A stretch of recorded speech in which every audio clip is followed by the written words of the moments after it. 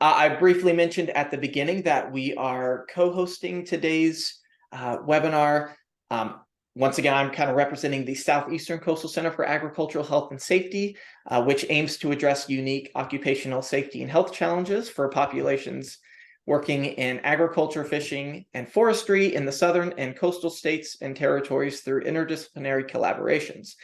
We are one of 12 CDC NIOSH Ag Health and Safety Centers, and as you can see, this is our geographic range incorporating the coastal Southeast.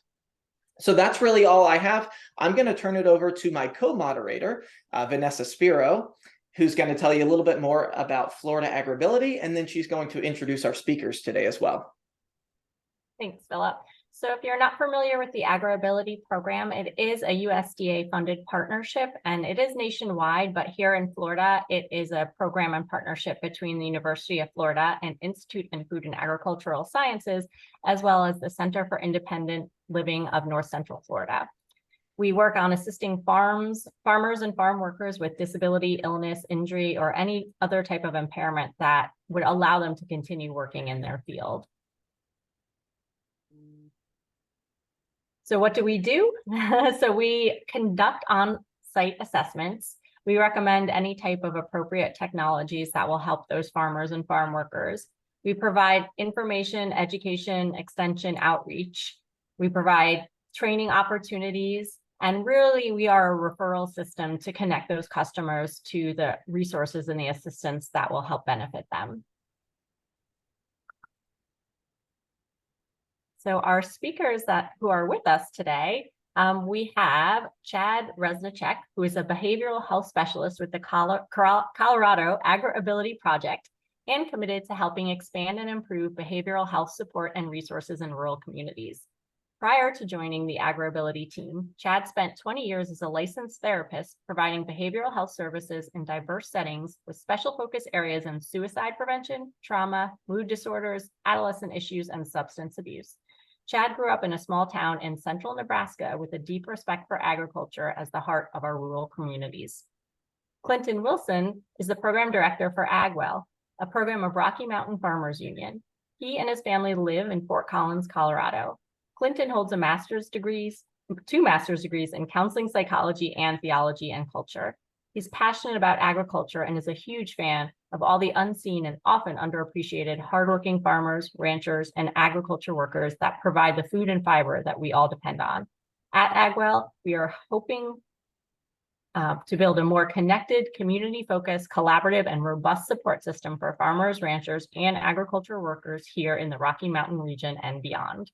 So we welcome our presenters for today.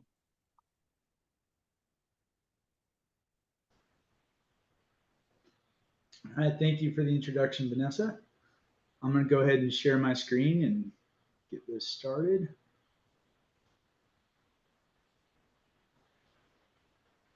And so if I do this, I will remove the screen that's there. Are we good with that? That's totally fine. Yes, go ahead, Chad. Yeah.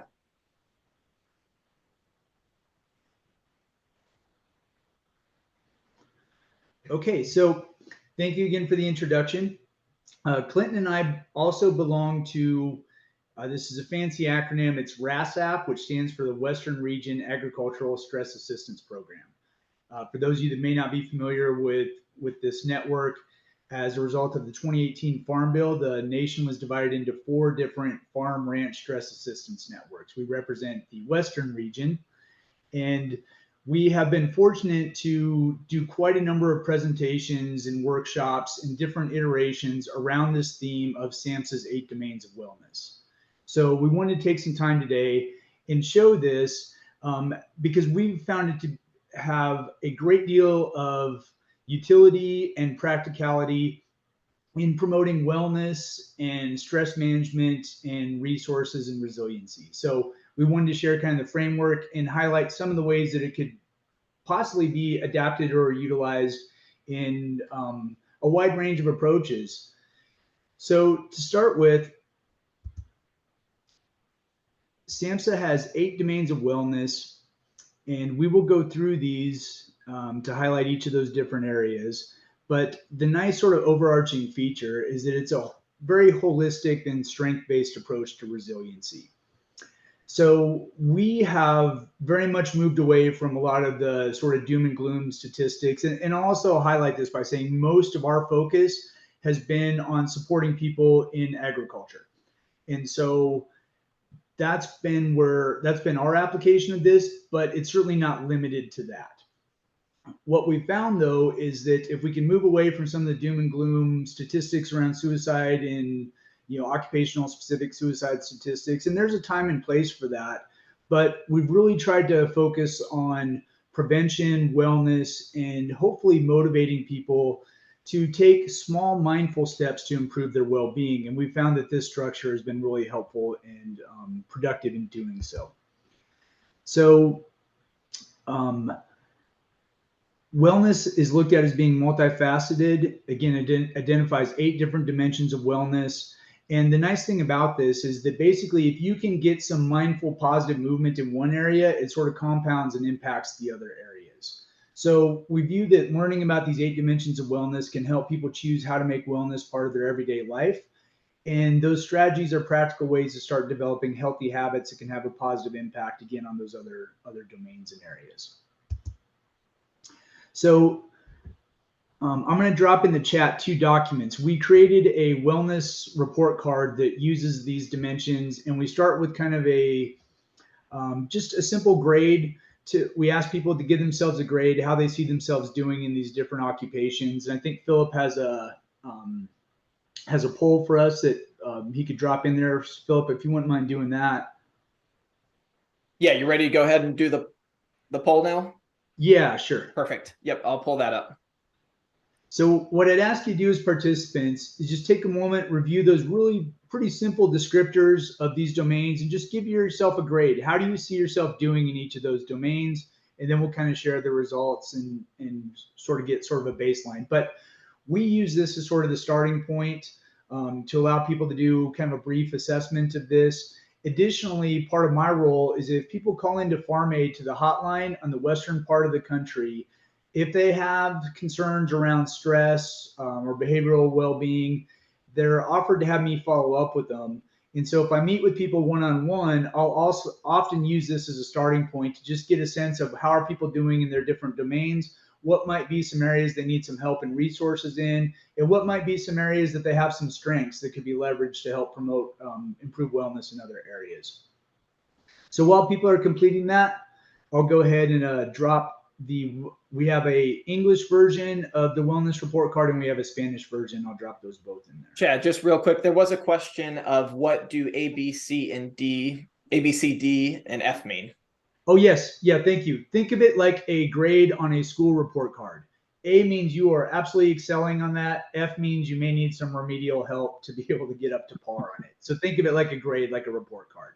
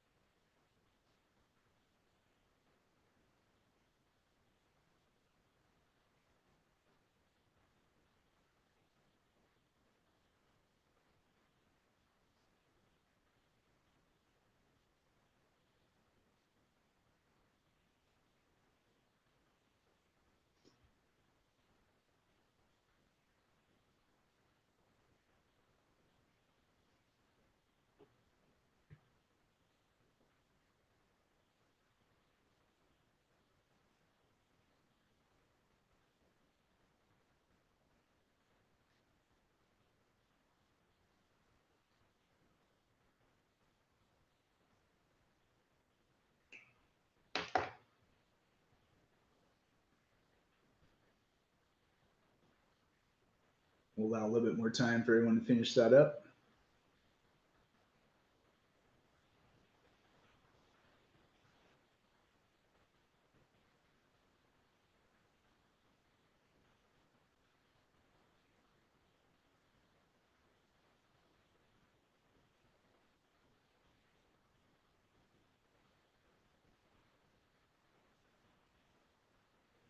Okay, looks like most people have had a chance, about 75% or so have had a chance to take it.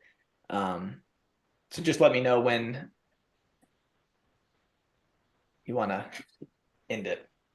Yeah, I think for the sake of time, let's go ahead and wrap that up. It should give us a Okay. pretty good baseline, and it's more just a point of interest, kind of see how we're doing as a group. Okay. And do you want me to pull those up now? Yeah, sure. Go ahead. Okay.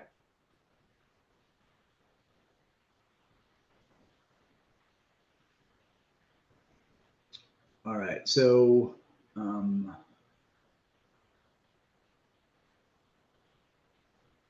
looks like in the occupational domain, the highest score is B, about 50%.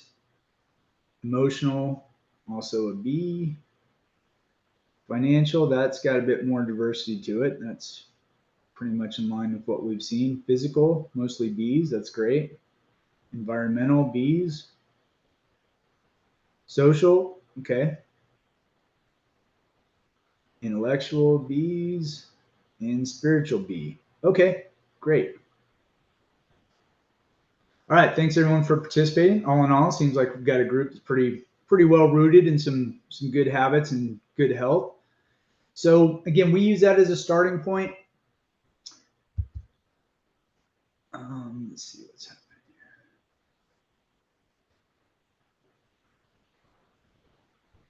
I think I lost my screen, right? Okay.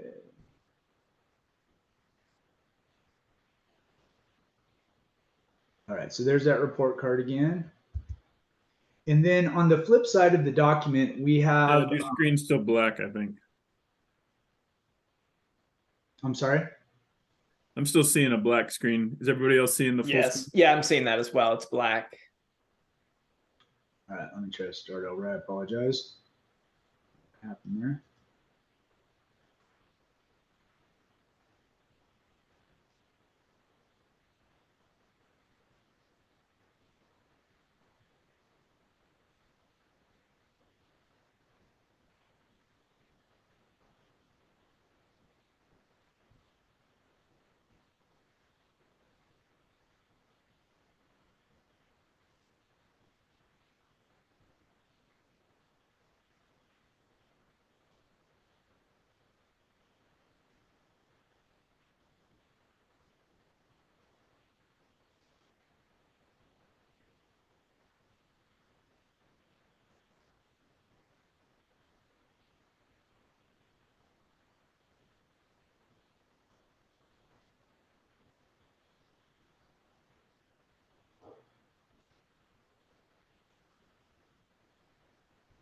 There you go.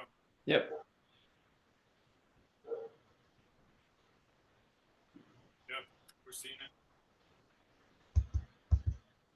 Okay. That always raises my blood pressure significantly, so I'll take a moment there to breathe.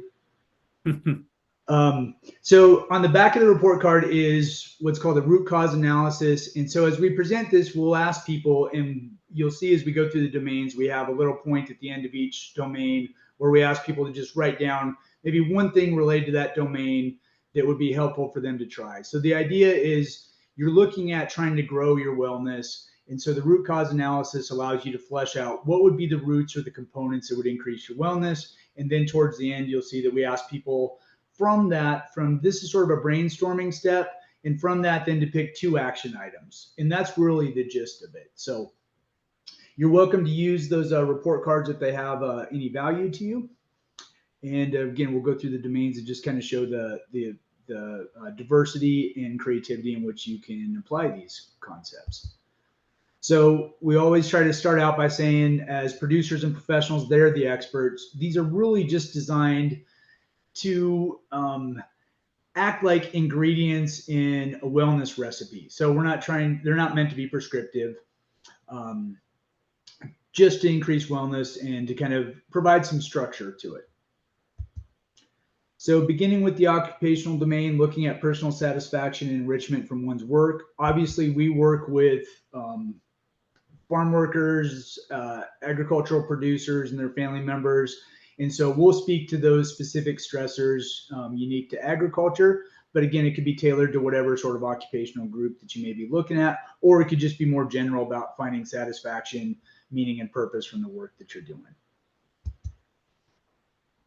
So in our work, we'll talk about the agrarian imperative, which is a concept by Dr. Michael Rosman. He's often considered the godfather of agricultural psychology. And he talks about that there's this innate connection to the land that drives producers to take enormous risks, work long hours, endure all sorts of discomfort because of that innate connection to the land. So we just try to highlight that. Depending on the time, we could go into great depth about that occupational element of it. But since we are looking at applying this with agricultural populations, much of what we do in the other domains is also tied in. For the emotional aspect, again, my background is in mental health as a therapist. So depending again on the setting, the audience, what the focus may be, there's a lot of opportunities to talk about stress management, overcoming stigma. This is a big barrier, obviously, in rural communities to getting help. And we like to highlight that one of the most significant predictors of associated with positively being willing to seek out help is prior knowledge around mental health or prior knowledge about mental illness. And so the more we can normalize conversations and bring some of these discussions into a wide range of settings, the more we can help to reduce stigma. We can talk a little bit about behavioral well-being as a key to healthy food production. We may go into specifics around sort of the psychobiology of stress and trauma. One of the things that I've always found helpful in my work is if you can give someone a little bit of understanding about brain functioning and the biology of what's going on in terms of stress, anxiety, depression, things of that nature, we can help shift the question from what's wrong with me, which sounds like it's pejorative, it's it suggests character deflects or some sort of moral flaw or weakness. So we want to shift the question from what's wrong with me to what's happening to me. If I can understand this from more of a physiological underpinning, then it becomes similar to if I'm not producing insulin correctly and I need to get some steps to manage diabetes. That's not necessarily a personal flaw. It has to do with biology and taking steps to best augment and support what's going on in my body. And if we can do that from a behavioral health perspective, it's about best supporting those processes in the mind. So again, we'd ask them to reflect on what they could do in terms of the emotional domain. The physical domain, recognizing the need for physical activity, health, foods, and sleep. Clinton and I have done this in anything from an hour iteration like this to entire weekend workshops that we've developed for producers, where we've been fortunate to have like a yoga instructor come out and teach different ways of physical stress management through that. And then I think from here, I'll turn it over to Clinton. Thanks, Chad. And as Chad was saying, these are often done in different spaces with specific people working in agriculture. And so the examples are different, but all of these are universal. And you've all heard ad nauseum probably talk about nutrition and what it means to get a healthy, balanced diet. And everybody has their own opinion. I really like to move people towards whole foods that you know where it came from as much as possible. Hydration. Science says that none of us drink enough water. The 8 glasses a day thing doesn't really fit. We're all different sizes, shapes, ages. We do different levels of exercise. And so hydration just means to drink clear liquids throughout the day and stay hydrated as best you can. And I think that we're becoming more aware of that. I see more people with water bottles. The third one is breath. And it's the one that I'm going to sit with the most in just a minute. But we take about 15 to 20,000 breaths a day, and most of us don't think about any of them. And we just go, and we're going so fast, and they're oftentimes short, and we just go. So breath is the quickest way to bring us back to what we're going to talk about later as our window of tolerance in this place where we're balanced. So we'll talk about breath in a second. Sleep. Some of us get lots of sleep. Some of us have hard time sleeping. Whatever you can do to make your sleep better. We really go through some exercises with people to help them block out the things that are keeping them from sleeping well. And then exercise, as we all know, is something that we should do. When we do it, we feel good about ourselves, but our lives get overcrowded with things. And it's often hard to keep up that exercise routine, but it does really help with navigating lots of physical health benefits, but also mental health benefits, and really helping you be able to work through your cycles of stress and your different emotions that come and go. It'll allow your body to kind of work through those on its own. All right. So I think the next slide is going to be a breathing exercise. And as Chad is navigating to do that, I'll return to breath real quick. As I mentioned, breath's the quickest way that we can get ourselves back to a state of balance when we're elevated or when we're down. One of the exercises that we like to use is this exercise called box breathing. And some of you have probably seen it. It was created by, I think, Navy SEALs to help folks keep their system regulated and their nerves calm.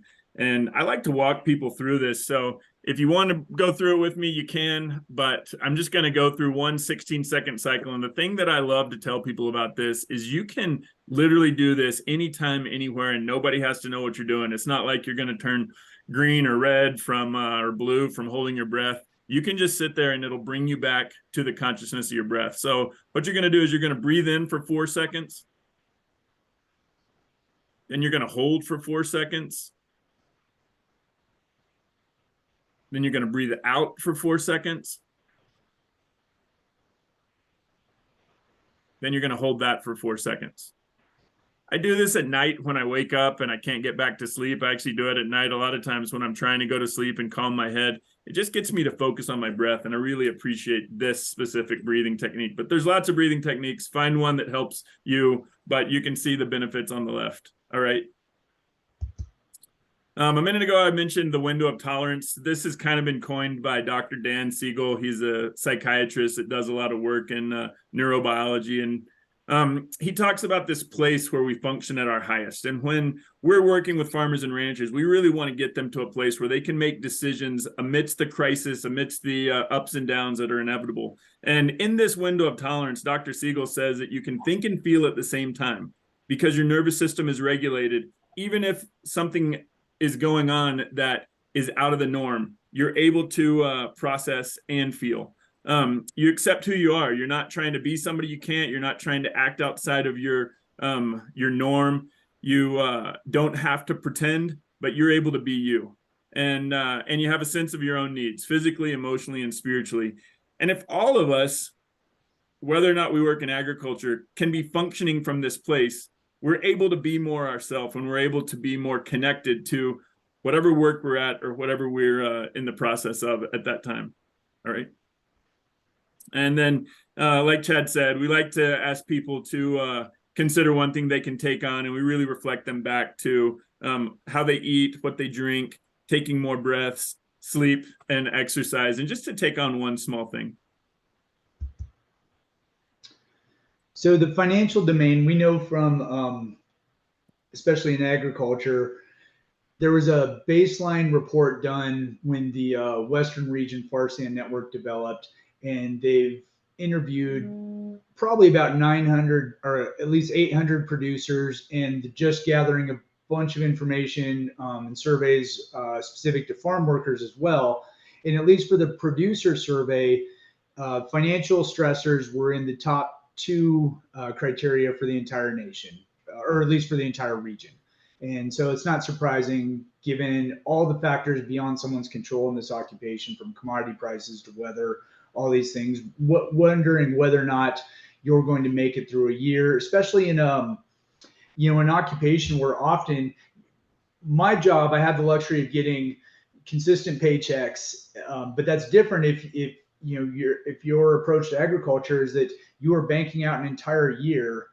That's a whole different thing. And then on top of that, legacy issues, you may be the 4th generation landholder there, and the stress of being able to maintain that is significant. So we try to offer some information, some basic resources around that. But in our longer iterations, we were able to have an ag economist come out to those workshops and be able to help walk people through farm plans, develop one-on-one consultation with them, and then do follow-up outside of that. So we know going forward that as we're addressing behavioral well-being, specifically with agricultural populations, and really any population for that matter, being able to make sure we're tying financial well-being into that is a big part of success.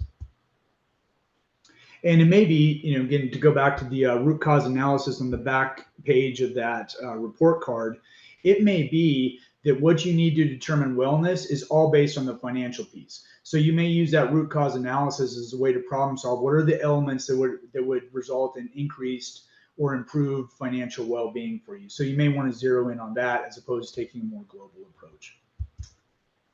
The intellectual domain has to do with recognizing hobbies, outlets, talents, things like that beyond just your occupation. So we like to talk about looking for ways to use creative and critical thinking skills outside of work, engaging in stimulating hobbies, stress alleviation. Part of the reason for beginning with sort of the physiological approach to stress management, something as simple as the breathing exercise that Clinton went over, we know that in terms of the fight or flight response, which served us very well as a protective mechanism for our species, it's just not really well equipped to help us with modern day acute and recurring stresses. But if you understand that process, then something as simple as breathing can help slow down and pump the brakes in that fight or flight. So other ways to sort of promote emotional regulation and prevent ourselves from going into red alert all the time is finding things that kind of move us away from our stressors, being able to get into the zone, so to speak. Anything we do that is engaging enough for us to not have to worry about what I didn't get done yesterday or what I have to do tomorrow. The fancy name for this is multisensory pattern repetitive movement. And what that means is basically any activity I can do that engages my senses, has a sense of movement and pattern to it, is inherently beneficial in mitigating impacts of stress and trauma, as a matter of fact. So things like painting, playing instruments, fishing, dancing, knitting, all those things can help. So the image there is a watercolor painting that my wife's grandfather did. He started painting way late in his life. I think he was in his early 70s. When he started doing watercolors, and as he got too old to continue to farm, he would just stay up at night and paint at the kitchen table. So just one example of that. And then in our weekend workshops, let's see, on this side of me is a cigar box guitar. That's one of my hobbies. I build those and play those. And so for our weekend workshops, we're able to like pre-build some kits, one string, basically a cigar box, a dowel, and one string, and have people be able to make those and use those as part of fleshing out this intellectual domain. So really just stressing the importance of doing something to care for yourself, having some sort of hobby that gets you away from your stressors. For the environmental domain, I believe that's you, Clinton. Yep. So we're going to look for a minute about this environmental domain. And when we consider this beautiful pastoral picture on the right, it'd be nice to get to live most of our time and energies there. But unfortunately, a lot of us look at screens throughout the day, or we're in a office, or we're in our house trying to get stuff done. And so with this environmental domain, we're really going to look at what does it look like to be present to the environment you're in. Okay. A healthy space for us to move, think, and breathe. I live out on some land and have a small farm in northern Colorado, and my plants and animals, they need space to breathe. They can't all be on top of each other. They like to roam. They need to be able to have fresh air, moisture, take in the sun. And we've learned from nature that we need those same things. We just often neglect having them. And so in our spaces, I put 4 things down there that really have been shown to help people in 2023, the 21st century, to really like take a step back and enjoy whatever environment you're in. If you're indoors, if you're whatever. And the clutter and overcrowding, I think that we can all relate to in our consumer culture, where we buy things and then we buy the next thing and everything starts stacking up. Taking a media holiday, I know that for me, I don't take near enough of them, but when I do take days or even half days to put my phone away and put my computer away, I just find that it gives me a sense of being able to separate from this digital world that so much of us get distracted by. Pass on items that we no longer need. I have a tendency to want to keep them and think that I'll use them one day. But when I can pass them on to somebody that'll actually use them, it makes me feel good that they get to go on and they don't end up in the landfill. And then surround yourself. And Chad was just talking about this with art and things that bring you joy, finding that hobby that you can do, and then put art around you. I was noticing when I started that my daughter, she loves to do watercolors, and it seems like every week brings me a new picture to put around my desk, and it gives me this sense of I need to express that creative part of myself, but appreciate those things. All right. The last thing that I recommend is getting outside. You know, nature is the original artist, and you can get out and appreciate so much of art and beauty. And it really goes without saying, all the data and research that's been put out recently about people who are grateful and people who take time to take in beauty really are happier and have lower levels of stress. So when you have the opportunity to go outside, don't just get outside, even though it's nice to be outside, really get outside and take it in. You know, really absorb the beauty of nature and what's around us that oftentimes we miss because we're so focused. All right. And so I'm going to go back to breath real quick, and I'm going to invite you all just to close your eyes and imagine a setting outside, and wherever you like, whether it's the ocean or a creek or under the trees or in the grass, and just take in a deep breath and just fill your lungs, allow your stomach to fill, and then breathe out. Again, we take 15 to 20,000 of those a day, and we rarely do it. And so I want to just say breath is vital for life. Without it, we will die quicker than without water or food or anything. We have to breathe, but let's take some breaths that really fill us with life. Clean, fresh air is obviously the best. If you don't have it in the setting that you're in, get someplace that you can. It'll help your brain function better. It'll help your blood pump better. Close your eyes when you can and take in a breath. You can transport yourself to any place on the planet, any place that brings you comfort. And the last thing I'm going to plug there about breath is a book by James Nestor called Breathe or Breath. And I read it a couple years back, and it was really a game changer for me about really the power of breathing through our nose and just what the breath does. So if you haven't, that's my plug for this. All right.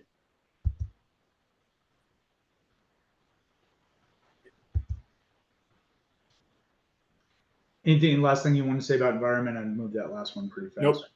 Okay.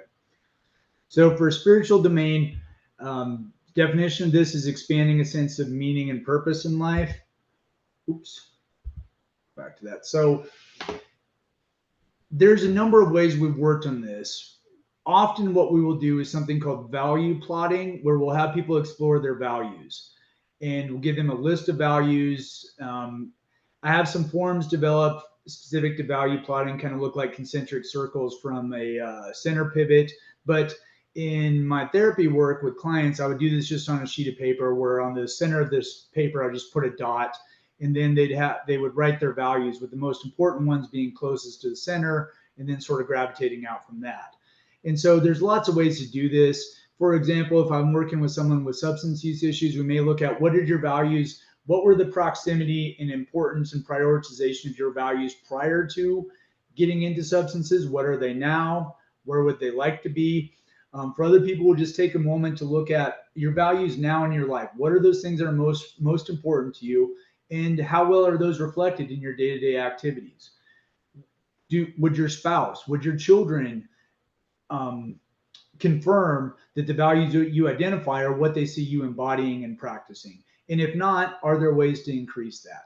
Because often our sort of existential distress comes from, we have a sense of values, but we don't live in a way that honors those. And through being mindful of those, it also gives us kind of the moral compass we need when things get hard, to remember what those values are, what are the things that are most important, and how do we act in alignment with those. So there's lots of ways to do that. We did these 8 domains as part of a 6-hour conference workshop at the Eco Farm Conference out in California. And this is on the Monterey Bay Peninsula. So we were really fortunate to have the Esalen tribe, those were their homelands. We had a tribal council leader come out, and they spoke in depth to the spiritual nature, or to the spiritual domain. So again, one of the great things about these 8 domains is, depending on your setting, where you're at, you can bring in people that can really flesh out each of those domains based on their expertise and experience. So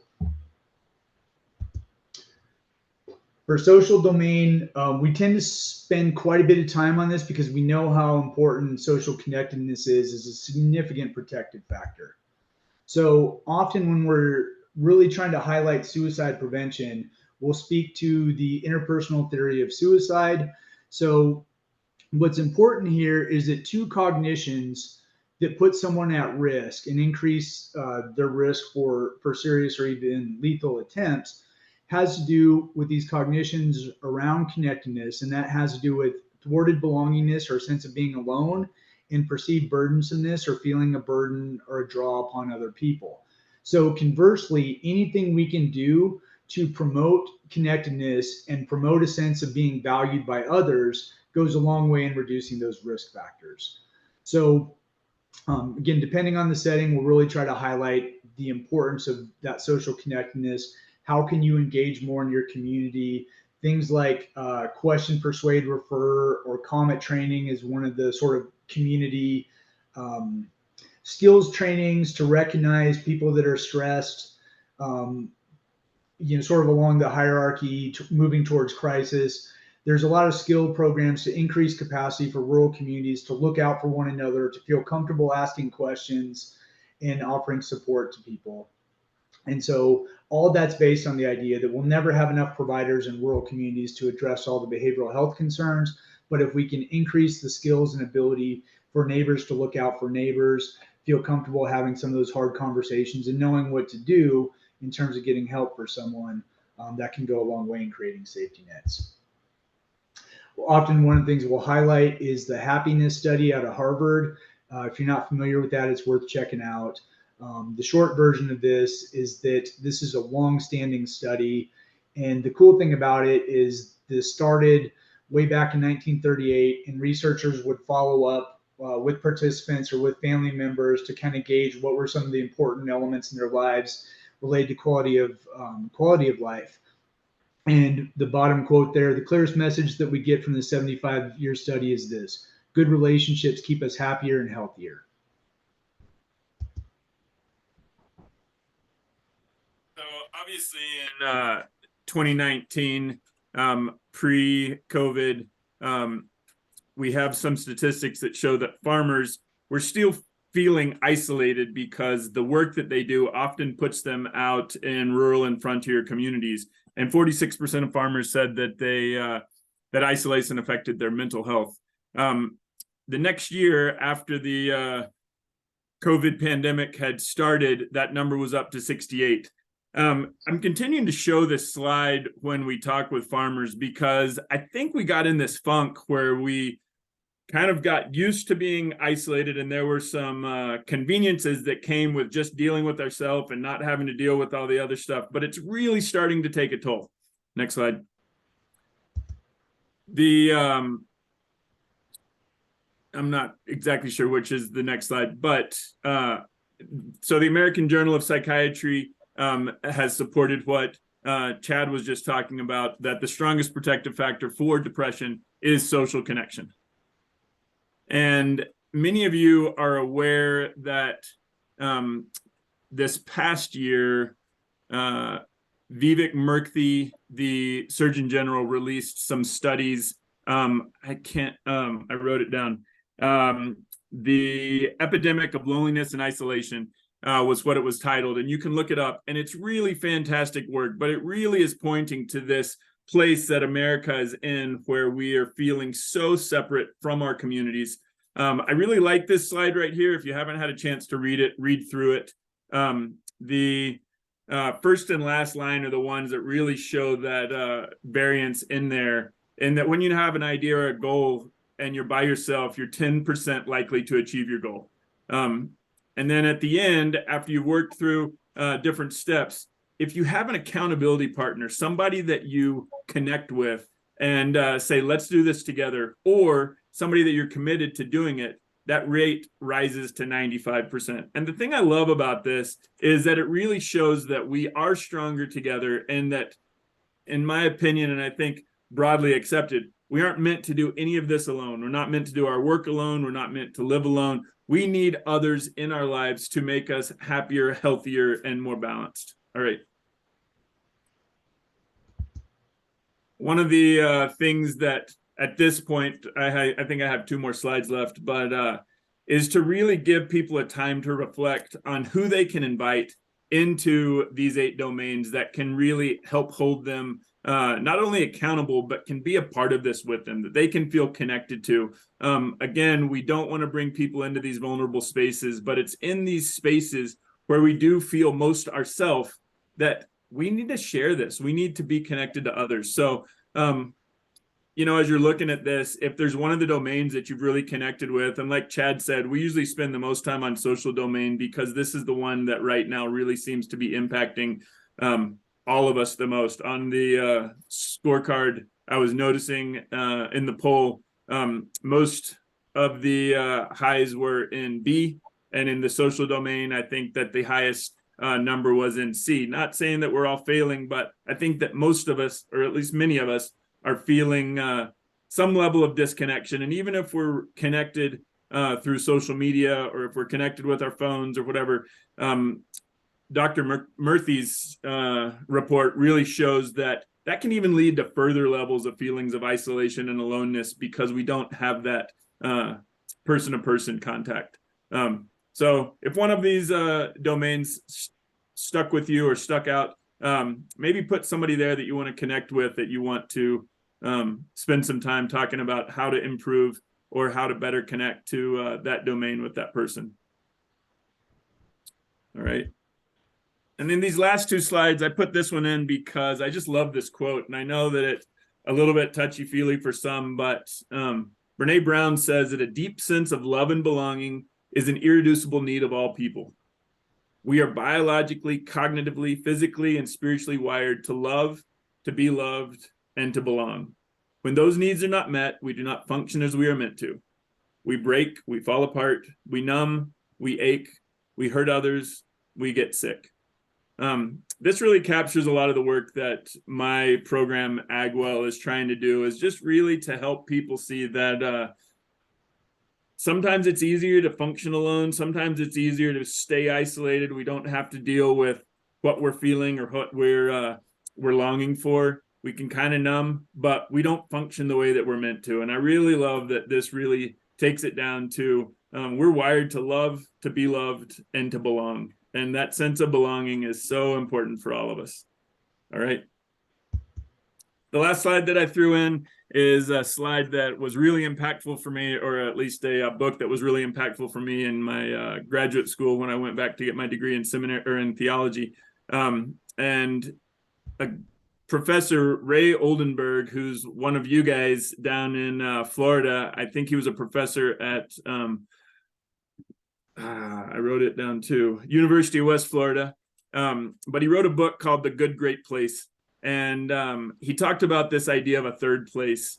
And as we're discussing this idea around social connectedness and staying in relationship, Dr. Oldenburg talked about we live at home, we live at work, but we need these third places where we connect and interact with the people of our lives. And so he mentions barbershops, taverns, diners, the such, coffee shops, pubs. He also talks about these small conversations that we have on the street.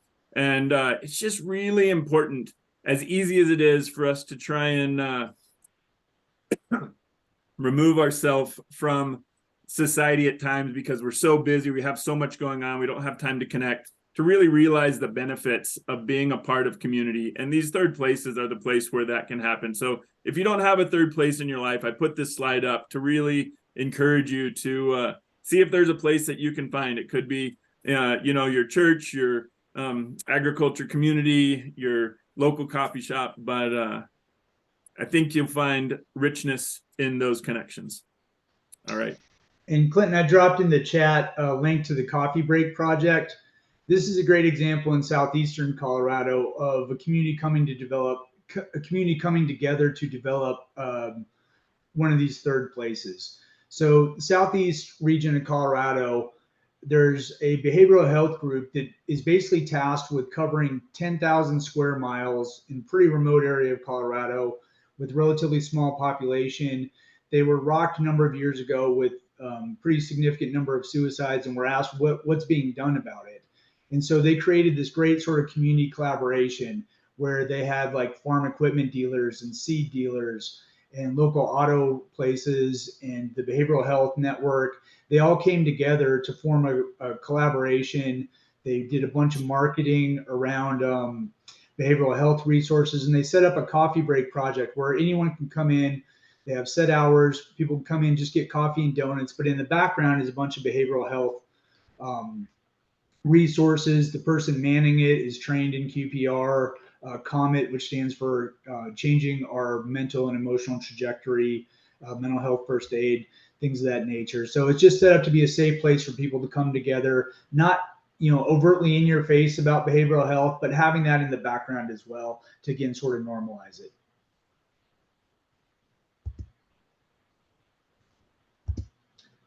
So the last thing I'll say about the social domain reflection is a big part of my work in addressing trauma was influenced by a gentleman named Dr. Bruce Perry. And he's done a ton of research on the impact of trauma in childhood on the developing brain. It's really fascinating stuff, but he describes us as a species as slow, naked, and weak. We don't have big fangs. We don't have big claws. We're not all that fast. And so the thing that's given us the evolutionary advantage has always been our tribe. That's been our biggest protective factor. It's how we have been able to get through adversity, climate events, wars, famines, everything you can imagine. And it's also how we celebrate our accomplishments. It's how we give value to major milestones like weddings and births and significant events. And so, again, just the importance of that connectedness can't be understated. Oops. So lastly, then, what we would do after covering all this is ask people to come up with 2 action steps they can commit to taking in the next week. And I know, we went over this more sort of a bird's eye perspective and just offering this as a structure that may be valuable in your work. But if you feel comfortable doing so, I'd love for you to just drop maybe one action step based on thinking about these domains. Is there one thing you could commit to doing in the next week that would improve your overall well-being? And just love to see what some of the ideas might be there. And I'll make one more plug for a book that impacted me over the past couple of years by a guy named, I think, James Carr, called Atomic Habits. And he really talks about these small changes that we can make that over time, as we keep adding small changes, the trajectory really starts to change because we can actually do these. So as you're doing these, think of actionable habits that you can, or actionable steps that you can really implement.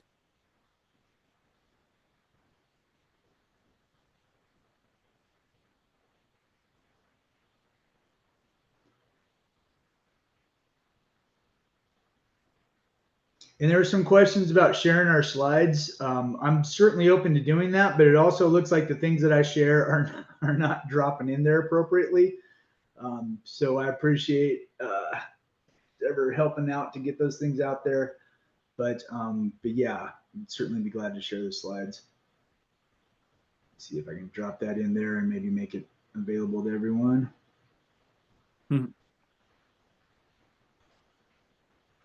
Thanks for all the shares, you guys. Those are great.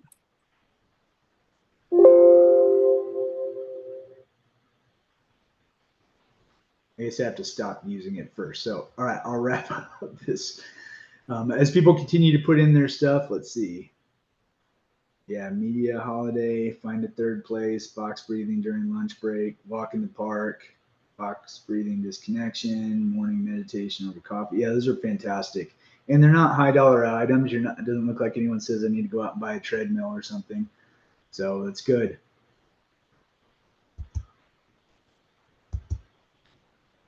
So here's our contact information. And we can probably drop those in the chat as well if anyone has any questions or wants to reach out to us separately for that. But I'll go ahead and stop sharing. Yeah, again, a lot of great suggestions continuing to pop up there, so thank you all. Oh, and Philip says he can share the slides in our follow-up email to registrants. Perfect, thank you so much. So I guess with that, I'd be glad to just open it up to any sort of general questions.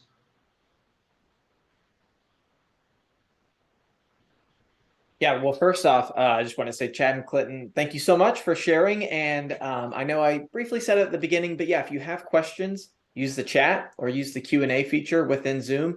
Everyone's been really active in the chat, which is awesome. So you can put them there and we'll keep an eye on that. Or if you want to use that Q&A, we'll also be monitoring that. So yeah, we'll give everyone a few minutes to kind of gather your thoughts and put those in.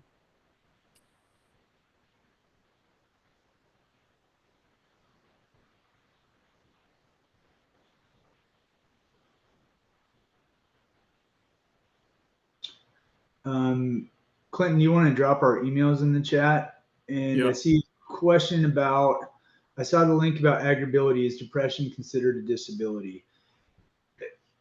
General answer is yes. Anything that could potentially get in the way of someone's ability to continue working in agriculture would be considered a focus area. And my role or my position came about because although AgrAbility, specifically in Colorado, and I'm pretty sure nationwide, has always tried to address or take on a holistic approach to looking at how to support people in agriculture. And they've done quite a bit of workshops around behavioral health topics. My position was created specifically to address the behavioral health concerns.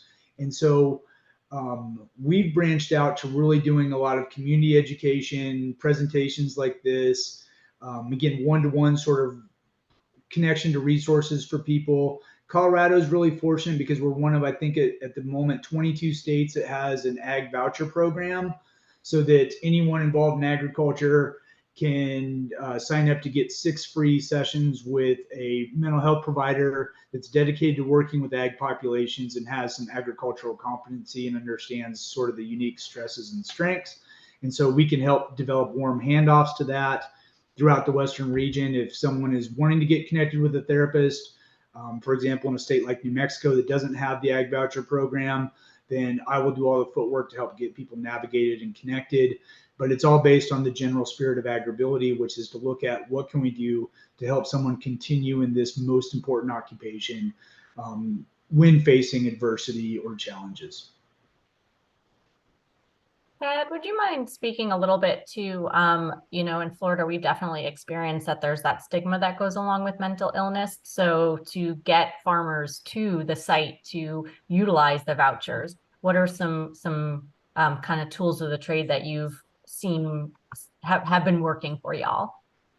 I think the biggest thing is allowing people in rural communities that already have trusted relationships to know about that resource and make sort of one-to-one connections with it and say, hey, did you know this is available? We certainly promote it in almost every single one of our talks or presentations with the idea that it may not be someone in our audience that's going to benefit from it, but if they have the business card or they know about it, they may be able to help someone else with it. And so again, I think there's 22 states, 21 or 22 states across the country that have these. Most of them are relatively new, with the exception of, I think, maybe Wisconsin has been doing it for a really long time and has tremendous capacity.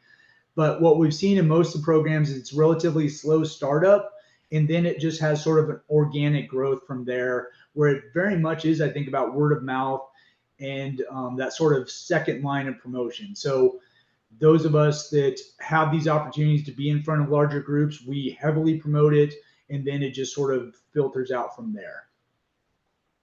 So no great, easy one-step solution to it, but I think just trying to share that resource as much as possible, do it through social media, through every opportunity that we can. Thank you. And we have another question in the Q&A. Do you have a suggestion on how to get our farm community involved in at least one of the domains to get started? So maybe what is a preference that seems to be a low-hanging fruit maybe? If I had to think of one that would probably best get people to attend, it'd be the financial element.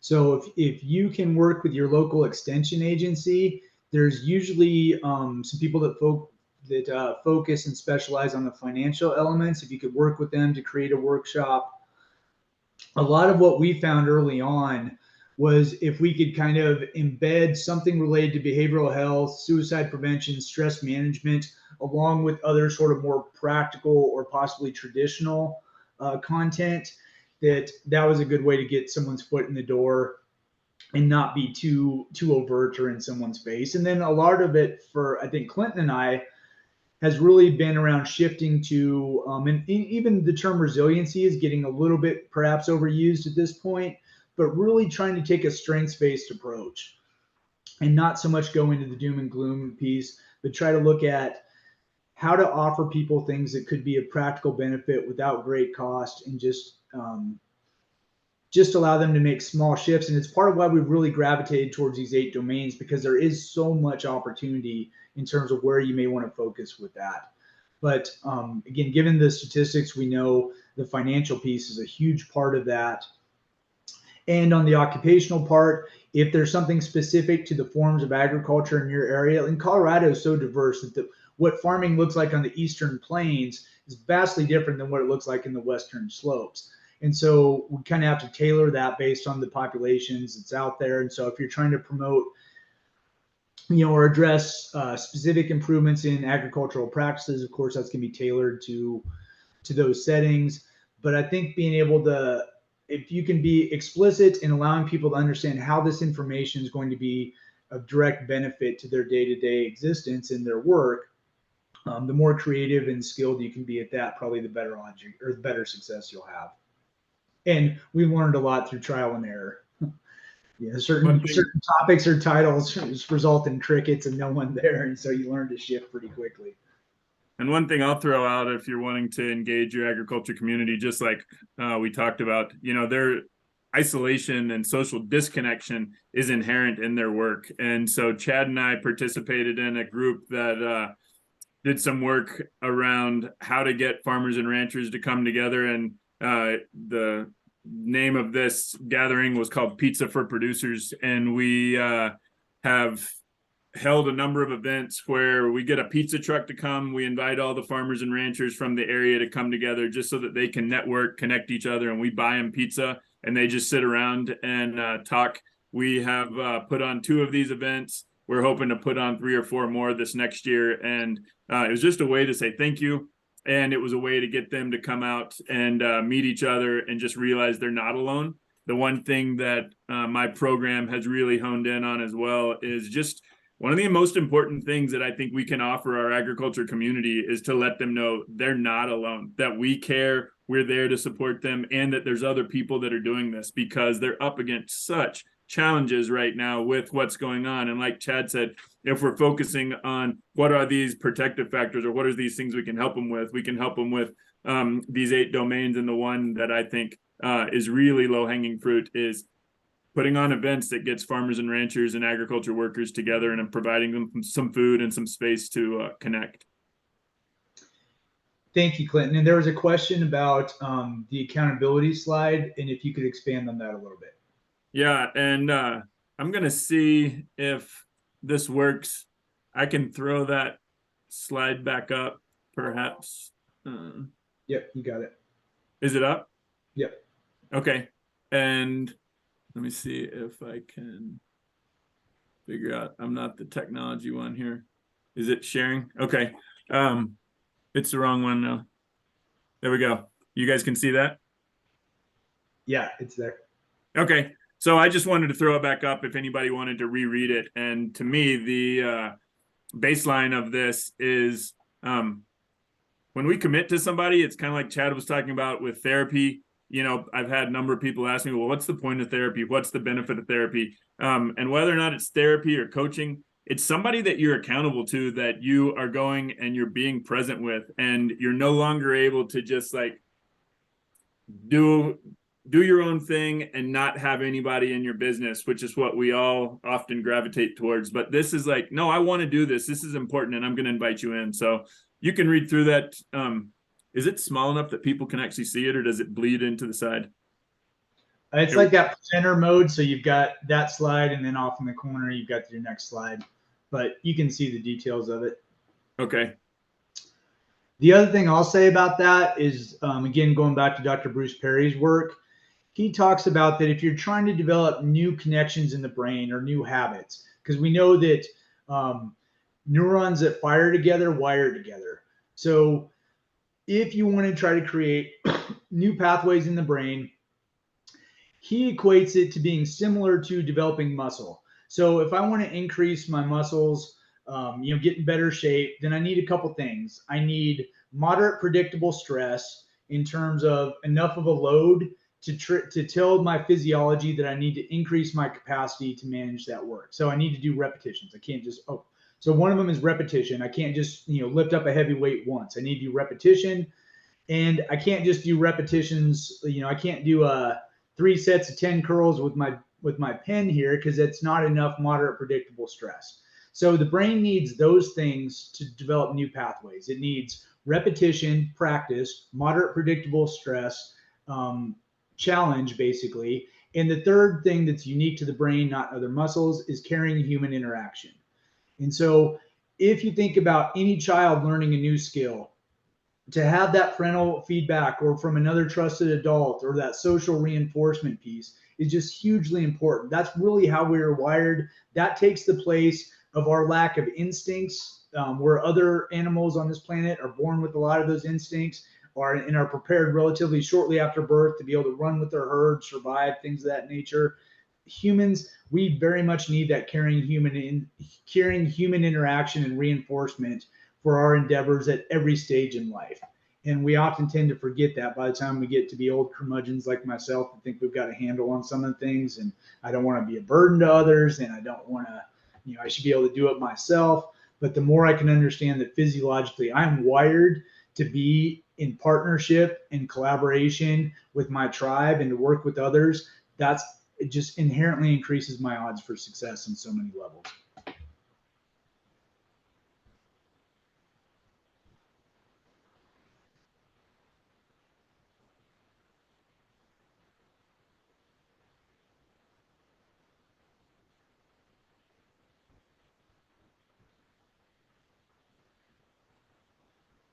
All right. Well, thanks everyone for the positive responses, and appreciate your time and attention today. And so, unless there's anything else, I think we can turn it back over to you, Philip. Sure. Yeah. If there are any other questions, as we're kind of wrapping up here, we did say we had a couple more minutes. Feel free to type those in. But yeah, we can start to close out. Let me go back. Yeah. Well, first off, I just want to say to Chad and Clinton, thank you so much for coming on and sharing. One of the things that really struck me, when you were talking about, the 8 domains, about how these are needs. These aren't these aren't things that it would be nice. It's like these are needs, and these are things that we need to incorporate. So I really appreciate that. Just a quick blurb about our September webinar through the Southeastern Coastal Center for Agricultural Health and Safety. It will be on the agroclimate program. I'll send out in the follow-up email some information about that webinar on September 13th, but you can look forward to that. And then lastly, if you want to learn more about the center, I know there were some links put in there for in the chat as well, but to link to the SCC website, you can scan the QR code there, or just go to sccahs.org. And once again, that's where you can view our previously recorded webinars there as well. As you're exiting today's webinar, there will be a short survey that you can take. It should take 3 to 5 minutes tops, and we would appreciate your feedback. And then lastly, I just want to open it back up to Vanessa or to Chad or to Clinton or anyone else. If you have any final thoughts before we close out today.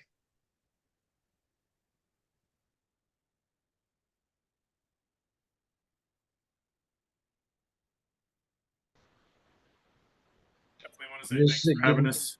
And if you have any questions, don't hesitate to email either Chad or I about the 8 domains or about, programs that we've got working to support people in agriculture.